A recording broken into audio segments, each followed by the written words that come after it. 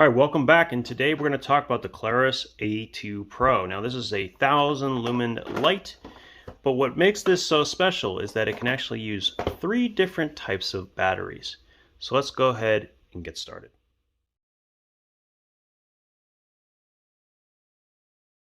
All right, so full disclosure here, Klarus did send this out for review, but I'm going to try to be as objective as I can be.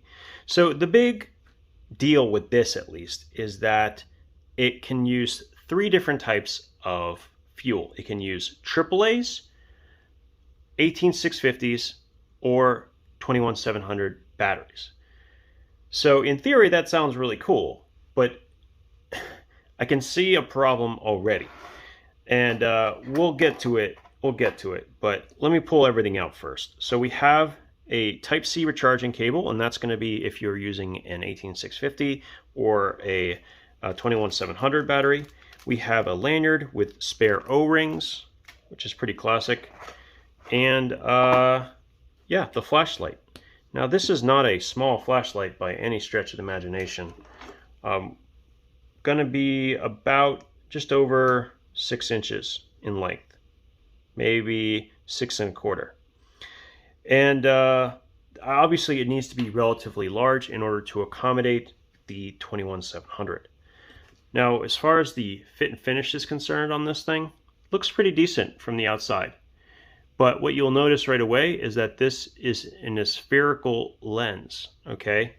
I think I'm saying it right. Correct me if I'm wrong down in the comments, guys. But what this is going to do is it's actually going to concentrate the beam and keep it even all the way along its path. So here, let me show you. So if I turn it on, I get a really defined output range. So the way this flashlight works, since we'll talk about user interface, is it will come in on whatever it had left the last time. So this is at the 1000 lumen mark. I'll go down a little bit. This is the low. So it goes low, high, medium, low, basically, and you can flip between them. Pretty simple user interface with mode memory. I don't think there's any problem with that. I mean, it's basically a 2 or 3 out of 5 stars on the user interface. Now, the thing that I think is also kind of unusual isn't just the fact that it can use multiple battery types, it's also that it's able to focus that beam into a very tight pattern. So we've talked about throwers on this channel, like this, the Warrior X Turbo, which has a really well-defined hotspot. This works similarly in that you can use it to look close or use it to look far away. So that is maybe an advantage to some people, but there's a cost. There's a cost to being able to do this. And for me, the big cost here is waterproof rating.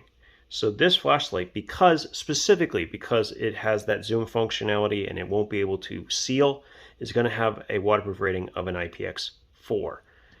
And that's a huge drawback in my opinion, because where I see this making sense the most is in an emergency scenario where you don't know what kind of fuel you're going to have access to.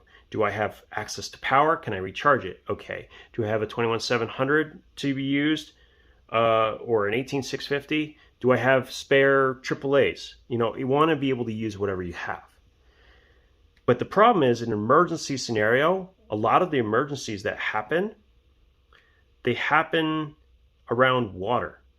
And I don't want to have a flashlight, personally, that I can't depend on in that environment. So I do feel like that's a problem. I also think it's a little bit of a weird thing that they put the term waterproof on here and then say IPX4 right here. IPX4 is not waterproof, I'm telling you right now. IPX6 is barely waterproof.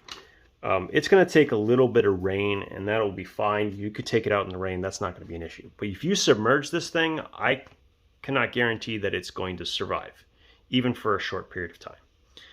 So that's a big problem, at least in my mind, because this does seem like it would be very good for emergency situations.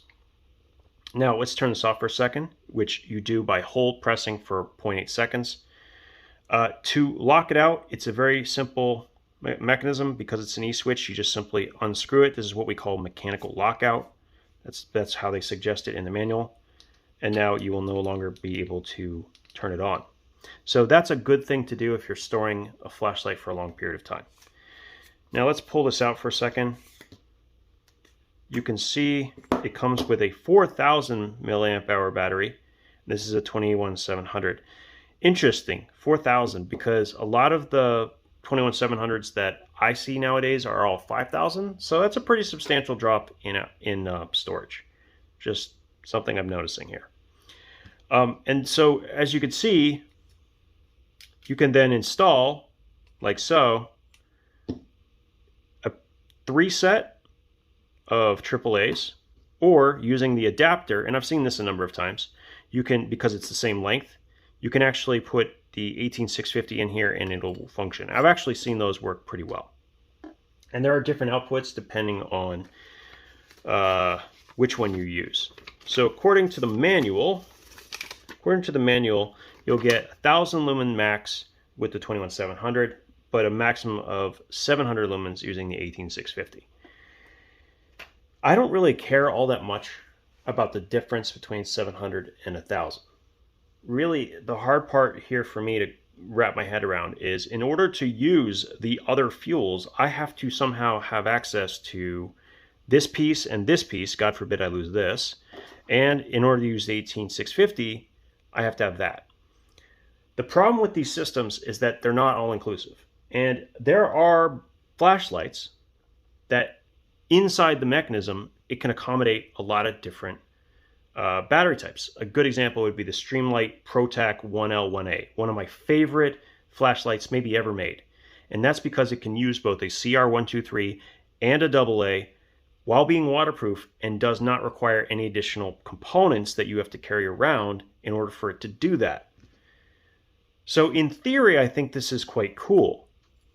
But in practice, it's not very functional.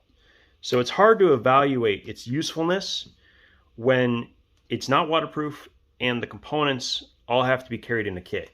And the components are made of plastic, which makes sense because you don't want it to be conductive and all that. I completely understand that. But it seems like they would also be very easy for this thing to break in a bag, unless you're being very, very careful with it.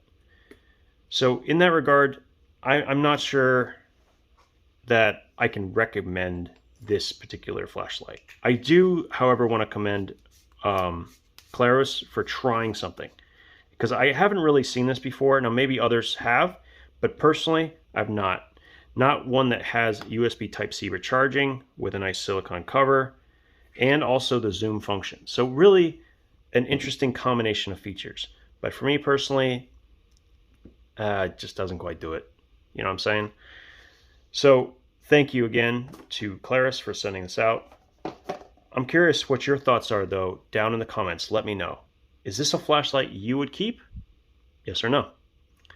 Anyway, thank you for your time, and we'll talk again soon.